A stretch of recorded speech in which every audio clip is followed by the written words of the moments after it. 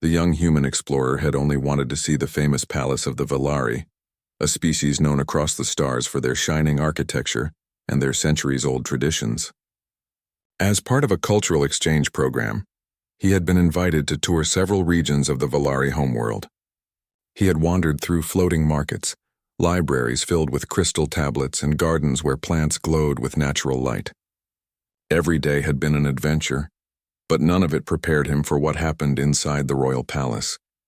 The invitation that brought him to the palace had been vague. It mentioned a grand gathering and said visitors were welcome to witness Valari traditions. Daniel assumed it was a public event, perhaps a festival or a ceremony for guests. He dressed simply in his best explorer uniform, clean boots, a neat jacket, and a curious smile. He carried no weapon, only a small translator device clipped to his collar. When he arrived, the palace guards did not stop him. They checked his badge, nodded politely, and waved him inside. Daniel took this as proof he belonged there. He entered a hall unlike anything he had ever seen. The ceiling stretched high above him, painted with glowing stars that moved slowly as if the sky itself had been captured indoors. Long banners of deep silver and violet hung from the walls, each marked with the royal crest of the Valari, a circle of stars surrounding a single flame. The air smelled faintly of spices, incense, and flowers he could not name. Thousands of alien nobles filled the room, standing in perfect rows. Their garments shimmered with fabrics that bent light in strange ways. Some had skin like polished stone, others like flowing water, yet all of them bowed their heads toward the far end of the hall. Daniel followed their gaze. At the center of the raised platform stood Princess Lyra. She was tall, graceful, and surrounded by attendants who adjusted her ceremonial cloak. Her silver blue skin glowed faintly under the lights, and her dark eyes carried both pride and sorrow. Daniel could tell at once that this was no ordinary gathering. This was her wedding. His heart stopped. Daniel froze at the back of the hall, realizing his mistake. This was not a simple festival or public ceremony. He should not have been here at all. His instincts told him to leave, to turn around quietly and vanish before anyone noticed.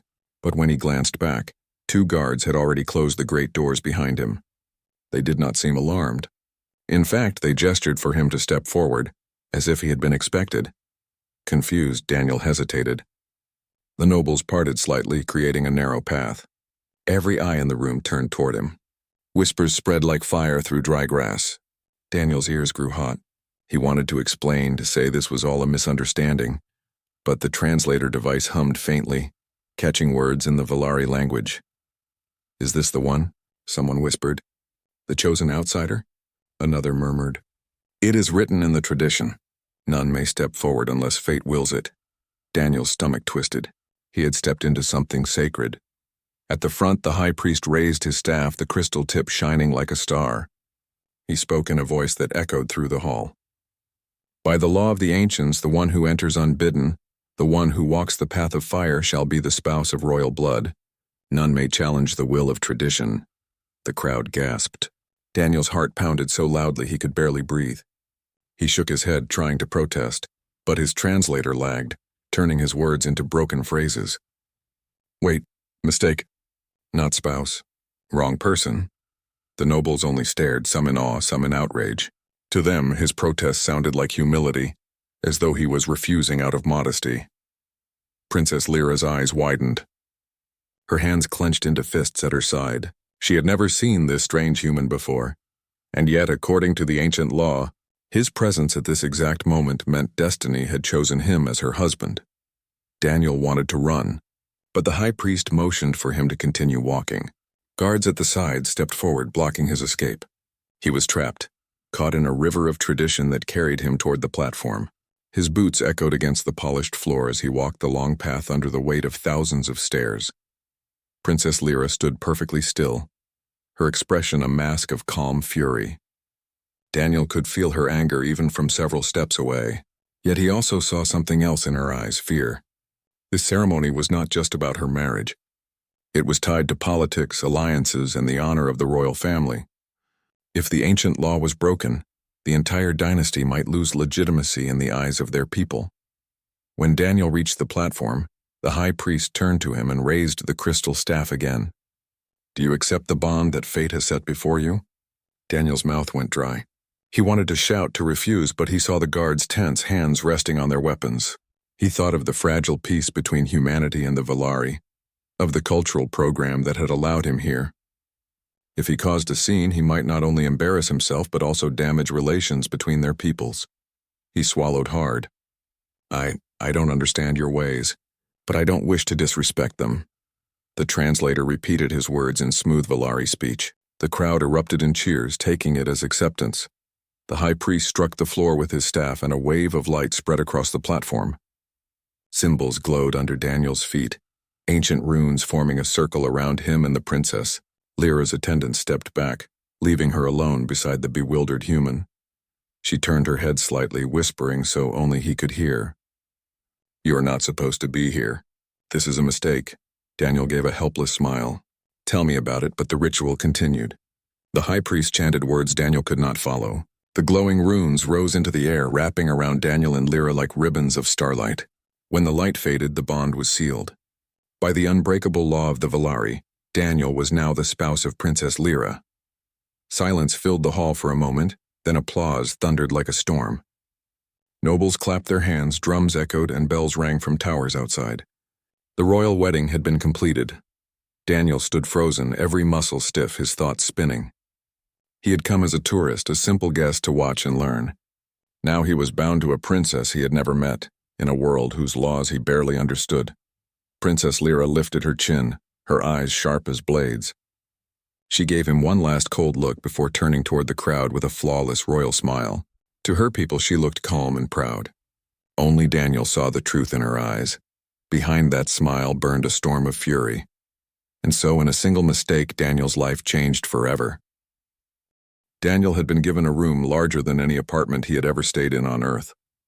The walls were decorated with shimmering crystal panels that shifted colors with the time of day. The bed was made of soft, glowing silk, and the windows opened to a view of endless gardens filled with silver-leafed trees. It was beautiful, almost dreamlike. Yet to Daniel it felt heavy. Every corner reminded him that this was not a place he had chosen. He was now the spouse of Princess Lyra, bound by a tradition older than any human history. Daniel sat on the edge of his bed, rubbing his forehead. "How did I mess this up so badly?" he muttered to himself. He had only wanted to learn about the Valari, maybe make some friends, maybe return to Earth with stories to tell. Now he was tied to an alien princess who clearly despised him. There was a soft knock on the door. Before Daniel could answer, it slid open, and Princess Lyra stepped inside. She was dressed not in her ceremonial gown, but in a simple robe of pale blue, her hair tied back with a silver band. Even without her crown, she carried herself with authority. Her eyes locked on him, cold and sharp. "Human," she said, her voice steady. "We need to talk." Daniel stood quickly, unsure if he should bow, salute, or simply nod. "Princess, do not call me that," she interrupted. "Not here. Not when we are alone." Daniel swallowed. "Lyra, then." She gave a curt nod. "This bond was never meant to be. You walked into a ceremony you did not understand, and now the law binds us together. Do you realize what you've done?" Daniel held up his hands. "It was a mistake. I didn't know it was your wedding. I thought it was some kind of festival for visitors. I didn't mean any harm." Her lips pressed into a thin line. "Intent does not matter to the Valari. Law does. And now by that law you are my husband." The word felt heavy in the air. Daniel almost choked on it. He shook his head. "But I'm not ready for that. I don't even know you." "Good," she said sharply. "Because you will never be what a true husband is meant to be for me. We will keep this bond in name only. Publicly, we will act as tradition requires. But privately, we are strangers. Do you understand?" Daniel nodded slowly. A part of him felt relieved, another part stung. He had not asked for this bond, but the way she said never felt like a door slammed shut in his face. She turned to leave, then paused. "One more thing. Many in the court already doubt me. They whisper that my reign will be weak, that this marriage is a disgrace. Do not give them more reason to speak. Follow my lead and keep silent when needed. If you humiliate me, I will never forgive you." With that, she left the room, the door sliding shut behind her. The next few days were a blur of ceremonies, banquets, and introductions. Daniel was paraded before nobles, generals, and foreign envoys. Each time he stood beside Lyra, silent and awkward, trying to smile politely while her people examined him like some strange creature. Some Valari looked at him with curiosity, others with suspicion, many with open disdain. At one banquet, a noble with scales that shimmered like emeralds leaned toward another and whispered loudly enough for Daniel to hear. "This human barely knows how to stand properly. And this is supposed to be the spouse of our princess?" Lyra's eyes flicked toward Daniel, warning him not to react. He clenched his jaw and stayed silent, though his hands tightened under the table.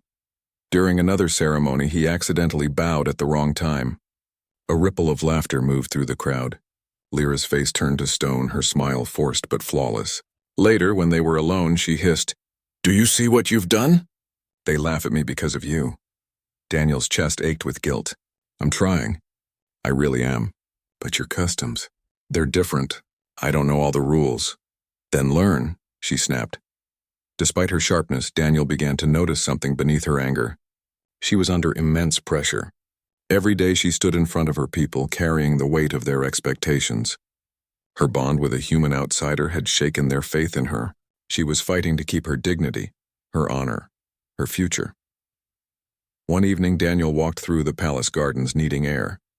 The silver-leafed trees shimmered under the twin moons and fountains sang softly. He sat on a stone bench staring at the sky. A voice startled him. "You sit as though the stars will answer your troubles." It was an older woman, her hair streaked with white, her robe lined with gold. Daniel recognized her as one of the royal advisors. She studied him with sharp eyes. "You are different," she said.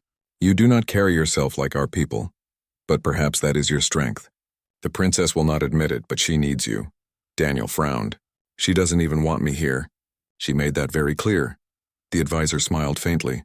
"She does not want the bond, but she may need the person. Do not underestimate the power of being an outsider. You see what we cannot." Before Daniel could reply, the woman turned and disappeared into the garden shadows.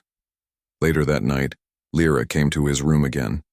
She looked tired, her shoulders heavy. For the first time, her voice lacked sharpness. "The council is restless," she admitted. "They think our bond weakens me. Some even suggest removing me from the throne." Daniel straightened. "That's not fair. You didn't choose this. Fairness is not our way," she said quietly. "Strength is. And right now I look weak because of you." Daniel hesitated, then asked softly, "What do you want me to do?" She looked at him, truly looked at him, as if searching for something she had not considered before. Her eyes softened for just a moment. "Stand beside me," she said, "not as a husband, not as a lover, but as an ally. If you make the nobles believe you have value, they may stop seeing me as weak. Can you do that?" Daniel nodded firmly. "I'll try. I don't know your ways yet, but I can learn, and I won't let you face this alone." For the first time since their bond began, a flicker of relief crossed her face. It vanished quickly, replaced by her usual mask of strength. "Good. Then perhaps you are not entirely useless after all." Daniel chuckled softly. "That's the nicest thing you've said to me." Her lips twitched, almost forming a smile, but she turned away before it could appear. As she left, Daniel felt something shift inside him. He was still trapped in a situation he had never chosen. But maybe, just maybe, he could turn this mistake into something meaningful. And though Princess Lyra would never admit it aloud, a small part of her had begun to wonder if fate's error might not be the disaster she once believed. Daniel was beginning to understand that life inside the Valari Palace was not only about beauty and tradition. Behind the shining walls and the graceful ceremonies, there were shadows. Whispers followed him wherever he went. Servants paused when he entered rooms. Nobles smiled to his face but muttered behind his back. And sometimes he caught the whispers directed not only at him, but also at Princess Lyra. He is unworthy. The law binds them, but the law can be bent. If she cannot lead with honor, perhaps another should take her place. Daniel pretended not to hear, but the words stayed with him. He did not want to believe they were serious. Yet something in their tone told him there was more than gossip at work. One afternoon, Daniel walked through the long crystal halls alone. Lyra was attending a council meeting, and he had been told to remain in the guest wing. But curiosity pulled him forward. He was tired of feeling like a prisoner. The palace was enormous, and he had only seen small parts of it. As he wandered, he passed by a side corridor and heard hushed voices. He paused, leaning close to the wall. The translator on his collar hummed, struggling to keep up with the quick Valari speech. The outsider weakens her. The council grows restless. The strike must happen soon. Daniel's pulse quickened. He leaned closer, careful not to be seen. The voices continued. The princess clings to her position, but tradition has already given us the weapon. The people will rise if we push them. And when the festival begins, no one will question the chaos. A chill ran through Daniel's chest. A strike? A plan to use the festival? He knew little about Valari politics, but the tone of the speakers was clear. They were plotting against Lyra.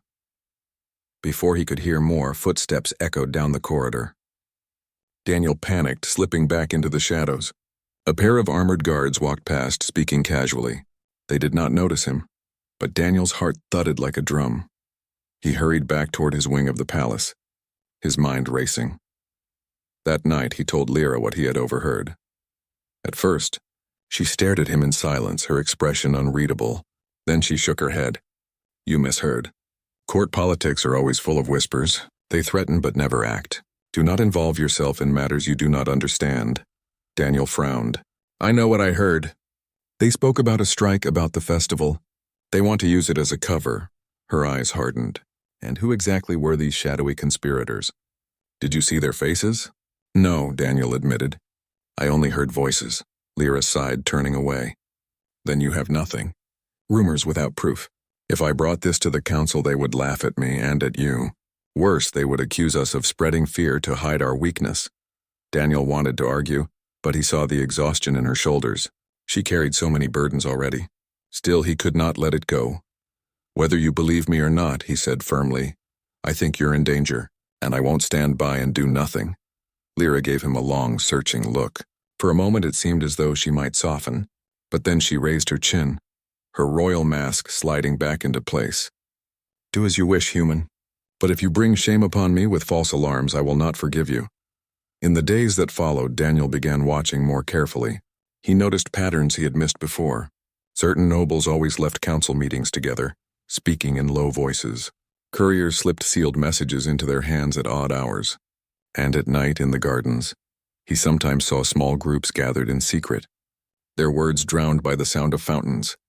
He tried to share his worries with some of the palace guards, but they dismissed him politely. We protect the princess, one said firmly. That is our duty. Do not trouble yourself with such matters, outsider. Frustration gnawed at Daniel. He had no power here, no voice. Yet he could not ignore the signs. One evening, as he walked near the library wing, Daniel noticed a servant struggling with a heavy tray. Books and scrolls were stacked high, and the servant nearly dropped them. Instinctively, Daniel hurried forward to help. Careful, he said, steadying the load. The servant looked up, startled. He was young, with pale skin that glowed faintly under the lanterns. Thank you. My lord, Daniel laughed awkwardly. Don't call me that. I'm just Daniel. The servant hesitated, then whispered, You should not be here. The walls have ears. Daniel froze. What do you mean? The servant's eyes darted nervously down the hall. Not safe to speak. But know this, the whispers you hear are real. There are those who plot against the princess. They believe her bond with you has stained her honor. They will move soon. Be ready. Before Daniel could ask more, the servant hurried away, vanishing into the maze of halls. That night, Daniel could not sleep. He sat by the window, staring out at the silver gardens. The servant's warning echoed in his mind. This was no longer just suspicion, there were real threats. And the festival was approaching fast.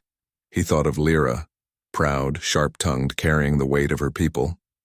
She might not trust him, but he could not let her face danger alone. The next morning, Daniel went to her private chamber. She was preparing for another council session, her attendants adjusting her robes. When they left, Daniel stepped forward.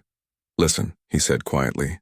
I know you don't want to hear this, but the danger is real. Someone is planning to move against you during the festival. A servant warned me last night. Lyra's eyes narrowed. And you trust a servant's whispers over my judgment? I trust my instincts, Daniel said firmly. I know when something feels wrong. Back home, I worked with explorers, scientists, and soldiers. We survived because we listened when things didn't add up. And right now, too many things don't add up. For a long moment, she said nothing. Then slowly, her shoulders lowered. Her voice softened. You truly believe this, don't you? Yes, Daniel said. I don't care if I look foolish. I'd rather be wrong than stay silent and see you hurt. Lyra studied him, her dark eyes unreadable.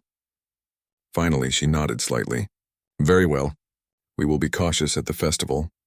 But if you are wrong, Daniel, you will owe me more than an apology. He managed a small smile.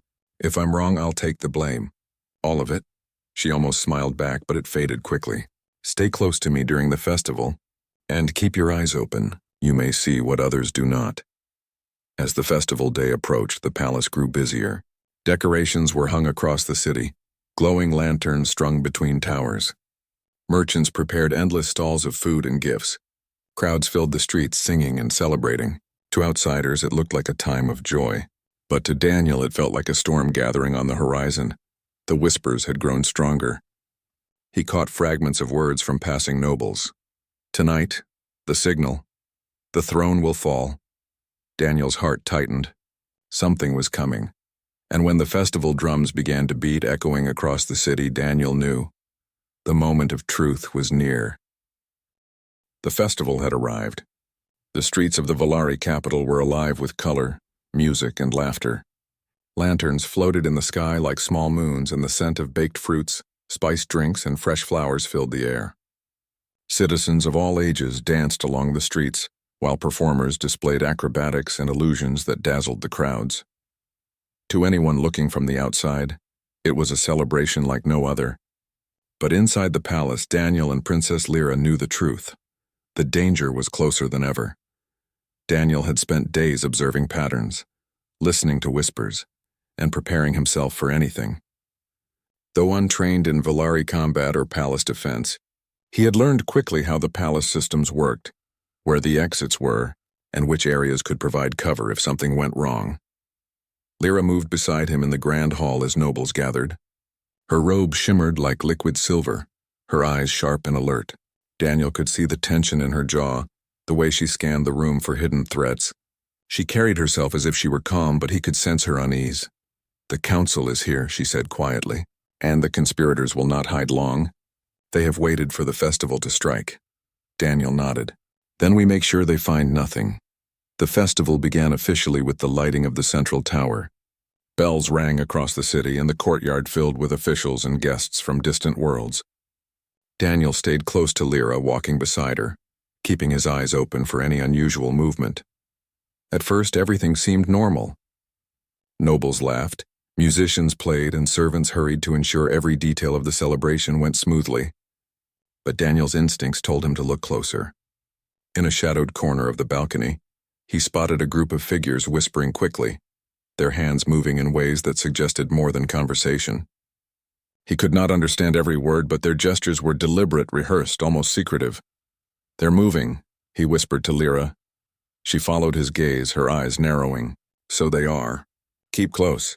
Daniel felt his heart beat faster. This was no longer about rumors. The conspirators were here. Moments later, chaos erupted. A series of loud bangs echoed through the hall, followed by shouts. Figures in dark cloaks surged toward the crowd, attempting to create panic. The palace guards moved to intercept them. But Daniel could see that some attackers were more than just common criminals. They knew the layout of the palace, the timing of the gates, and the positions of the defenders. Stay behind me, Lyra ordered. Daniel hesitated. No, I'm helping. She glanced at him sharply. You could die if you rush ahead. Watch carefully, not recklessly. But Daniel could not stay back. He had seen too much, and he had promised he would not let her face danger alone. Moving quickly, he positioned himself near the side corridor, ready to block the path of anyone trying to reach Lyra. The attackers advanced with speed, using small devices that emitted blinding light and confusion. Daniel ducked behind a pillar and noticed that their movements were precise. They were not random. Someone had trained them, given them instructions to strike at a certain time. Lyra fought with grace and precision. Though her frame was not as large or strong as the attackers, she used her agility, speed, and intelligence to evade and disarm them. Every move she made was calculated, a perfect mixture of defense and strategy. Daniel realized that the stories of Volari warriors were true. Her skills were extraordinary. He acted quickly, blocking one attacker who tried to sneak around the side. Using a metal rod from a decorative stand, he tripped the figure, sending him crashing to the floor. Daniel's hand shook as adrenaline surged through him. He was no warrior. Yet he realized that his human instincts, quick thinking, improvisation, and observation gave him an advantage that the attackers did not expect. The battle moved through the grand hall. Nobles screamed and ducked for cover, while guards tried to restore order. Daniel noticed that some of the palace systems could be controlled remotely. He dashed to a control panel hidden behind a tapestry and pressed a series of buttons. Lights shifted, barriers rose, and certain doors sealed automatically, slowing the attackers' progress. "You're fast," Lyra said, ducking as a cloak-wrapped figure lunged at her. Daniel grinned briefly. Not trained, just lucky. And human. She did not smile, but acknowledged him with a nod. Together they moved as a team. Lyra's knowledge of the palace and combat skills combined with Daniel's quick thinking created a surprisingly effective defense. One attacker managed to break through a side door, heading straight for the princess. Daniel reacted instinctively, pushing himself forward and tackling the figure to the ground. The force sent both of them rolling, and Daniel felt a sharp pain in his shoulder. But he did not stop. He struggled to his feet, keeping the intruder pinned until guards arrived. "Human," Lyra called, her voice cutting through the chaos. "We need to finish this now." Daniel wiped sweat from his forehead. "On it." The remaining attackers had begun retreating. Realizing that the palace defenses were stronger than anticipated, Daniel noticed one figure slipping toward the main hall's central platform. He ran ahead, using his knowledge of secret corridors to intercept. He found the figure trying to tamper with the ceremonial controls, likely attempting to cause a distraction or trap Lyra in a dangerous situation.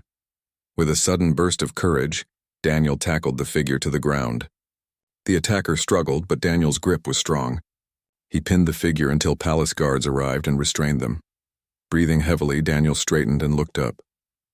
The hall was quieting, the noise of the festival outside masking the remnants of chaos within. Lyra approached, her silver-blue skin glowing faintly under the light. "You were reckless," she said, her voice calm but firm. "I could say the same about you," Daniel replied with a grin, though he winced as his shoulder throbbed. Her dark eyes softened slightly. You saved me," Daniel shook his head. "No, we saved each other." For the first time, Lyra allowed herself a small, almost imperceptible smile. The tension between them eased slightly, replaced by an unspoken understanding. They were no longer simply bound by tradition. They had become partners in a fight for survival. After the attack, the conspirators were revealed. They were nobles who had hoped to weaken the princess's authority, believing that her bond with a human outsider made her vulnerable. They had trained and timed the strike during the festival, expecting chaos to help them seize power. Thanks to Daniel's quick thinking and Lyra's skill, their plan failed. The conspirators were arrested and their plots were exposed. Many nobles who had doubted the princess now looked at her differently. And Daniel? He became more than a human outsider. He was a respected figure, recognized for courage, intelligence, and loyalty. Later that evening, as the palace slowly returned to normal, Lyra found Daniel in the garden. The twin moons reflected off the silver leaves, casting soft light across the paths. "You were remarkable today," she said quietly. Daniel shrugged, though a small smile tugged at his lips. "I just did what I had to. Anyone would have." "Not anyone," she said, her voice firmer this time. "Most humans would have panicked. You did not. You stayed calm, observant, and smart. You impressed me." Daniel felt warmth in his chest, not because of the praise, but because he sensed the shift in their relationship. The bond that had started as an accident was now forming into something real, built on trust, courage, and mutual respect. "Thank you," he said simply. "You're welcome," she replied. "But remember, this bond is not just about today. It will be tested again, and next time, you must be ready before the danger comes to the palace gates." Daniel nodded, looking up at the glowing moons. He felt stronger, braver, and more determined than ever. Whatever challenges awaited them, he would face them alongside Lyra. Together, they were no longer a princess and an accidental human spouse. They were a team. And for the first time since he had walked into the wrong wedding, Daniel believed he might truly belong in this world. The palace was quiet in the early morning, a sharp contrast to the chaos of the festival that had shaken it only days before. Lanterns that had floated in the streets now hung still, and the scent of fresh flowers lingered in the gardens. Yet beneath the calm, the air carried tension. The council still whispered, and some nobles had not yet forgiven the failure of their plot. Daniel stood in the hallway outside Princess Lyra's private chamber. He had been awake for hours, restless and thinking. The events of the festival had changed everything. He was no longer just a human who had stumbled into a wedding. He had helped defend the princess, saved the palace, and proven that his presence was more than a mistake. Yet he also knew that challenges remained. Some people would never accept him fully, and Lyra herself had her doubts. The door opened and Lyra stepped out. Her expression was calm, but Daniel could see the weight she carried. Her silver-blue skin shimmered softly in the morning light, her eyes alert and thoughtful. "Daniel," she said. "We need to speak," he nodded. "Of course." They walked together through the garden where the twin moons still shone faintly from the early dawn. The flowers swayed gently in the breeze and the fountains gurgled quietly. For a moment it felt like the world had paused, offering them peace after days of tension. "You have done more than anyone expected," Lyra began, her voice steady. "You stood by me when others faltered. You did not hesitate, and for that you have my respect." Daniel felt a warmth spread through him. "Thank you. But I couldn't have done it alone." "You are incredible, Lyra. Without your skill, your courage, I wouldn't have had a chance." She looked at him closely. "Perhaps we were meant to be together in some strange way. Not by choice, but by circumstance. And yet today I see that circumstances do not define worth. Actions do." Daniel's heart skipped a beat. He had never imagined that a princess would speak to him this way, not just with politeness, but with sincerity. "Lyra," he began, then hesitated. "I know I wasn't supposed to be here. I know this bond started as a mistake. But I want you to know I'm not going anywhere. I will stay by your side through whatever comes, because you've shown me what loyalty, courage, and honor really mean." For the first time, Lyra's lips curved into a small smile, soft and genuine. "Then perhaps the mistake was not entirely unfortunate," she said quietly. The council convened that day to address the recent events. The conspirators had been arrested, their plots revealed. Many expected the discussion to center around punishment and power struggles, but Lyra had a different plan. She stood before the gathered nobles, tall and resolute, with Daniel by her side. "My people," she said, her voice echoing through the chamber. The festival was meant to celebrate life, unity, and tradition. It was nearly overshadowed by treachery. But thanks to courage, loyalty, and quick thinking, the palace stands safe. And thanks to one who came from another world who showed us the strength of humanity, our people are unharmed. Daniel's eyes widened slightly. She was acknowledging him publicly, not as a mistake, but as a hero. Lyra continued, her gaze sweeping across the room. "Some have questioned my judgment, my bond, and my strength. Today I show you that alliances are not judged by origin, but by action. Daniel, my spouse, has proven his worth beyond doubt. Let this be a reminder. Honor comes from deeds, courage from conviction, and loyalty from the heart." A murmur ran through the council. Nobles who had plotted against her shifted uncomfortably, realizing that their schemes had failed. Some nodded slowly, showing reluctant respect. Others looked surprised, not expecting a human to be recognized so openly. Daniel felt a mixture of pride and disbelief. He had never imagined a moment like this. To be recognized not just as a visitor or an outsider, but as someone who had earned trust, respect, and a place beside the princess. After the council meeting, Lyra and Daniel walked through the palace corridors in quiet reflection. The tension of the past days had faded, replaced by a sense of calm purpose. "You changed how they see us," Lyra said softly. "Not just me, but the entire court.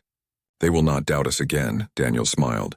"We changed it together, and we've only just begun." She looked at him, her eyes searching. "Do you understand what this means, Daniel? Being my spouse is not just ceremonial. It is responsibility, partnership, and trust." "I understand," he said, "and I accept it. Not because it was forced upon me, but because I choose to stand by you." For the first time, Lyra allowed herself a full smile. "Then you are truly the chosen spouse, not by mistake, but by choice. And that choice will shape our future together." The days that followed were filled with preparation for a proper celebration. The palace repaired damages from the festival. Nobles attended training in loyalty and ceremony. and Daniel learned more about Valari customs, language, and traditions. He moved with more confidence now, understanding his role not just as a human outsider, but as an active participant in the royal household. Lyra observed him closely, noting his quick mind, his courage, and his willingness to learn. She began to trust him not because of law or circumstance, but because of his actions. The bond between them, once awkward and forced, grew into partnership, built on respect, trust, and shared purpose. One afternoon, Lyra took Daniel to a quiet balcony overlooking the gardens. The twin moons were rising, casting silver light across the fountains and flowers. The city below was calm, peaceful, and alive with subtle celebrations. "You've changed everything," she said softly. "Not just the council, not just the court, but my perspective as well." Daniel shook his head. "I didn't do it alone. You faced danger head-on and you never gave up. I just helped when I could." "You helped more than you realize," she said, her voice sincere. "Without you, the conspirators might have succeeded. And without that, I would have lost not only the festival, but faith in myself as a leader." Daniel reached out, gently taking her hand. "Then let's face the future together. No mistakes, no surprises, just together." Her eyes softened, and for the first time there was no trace of anger, doubt, or resentment. Only trust, respect, and something quietly growing between them. "I would like that," she said. Truly. The final celebration of their bond was held in the main hall. Nobles, citizens, and visitors from distant worlds gathered to witness not just the continuation of tradition, but the new strength of the palace. Lyra stood beside Daniel, radiant in her ceremonial attire, and he stood proudly, confident and at ease. The high priest raised his staff, and the ceremony acknowledged not the mistake of the past, but the deliberate choice of the present. Daniel and Lyra were united by action, trust, and honor. Applause filled the hall, echoing through the corridors and out into the city. It was more than a marriage. It was a testament to courage, loyalty, and the idea that humanity could rise to greatness in even the most unexpected circumstances. When the celebration ended, Lyra and Daniel walked into the gardens away from the crowd. The moonlight bathed them in silver glow, and the soft sound of fountains and gentle wind surrounded them. "You are no longer just a visitor," Lyra said, her voice steady. "You are my partner, my ally, and my chosen spouse. And I am proud of it." Daniel smiled, feeling a sense of belonging he had never imagined. "And I am proud too. Not because of ceremony or law or chance, but because of you, and because of what we faced together." They stood in silence for a moment, the world around them calm, their bond strong and unbroken. Whatever challenges awaited in the future, they knew they would face them together. And so, the human who had stumbled into a wedding by mistake became something far greater. A hero, a partner, and the chosen spouse of a princess. Proof that courage, loyalty, and humanity could shape destiny in ways no law or tradition could predict. The stars above seemed to shine a little brighter that night, as if acknowledging the beginning of a new chapter for Daniel, Princess Lyra, and the palace they would defend together.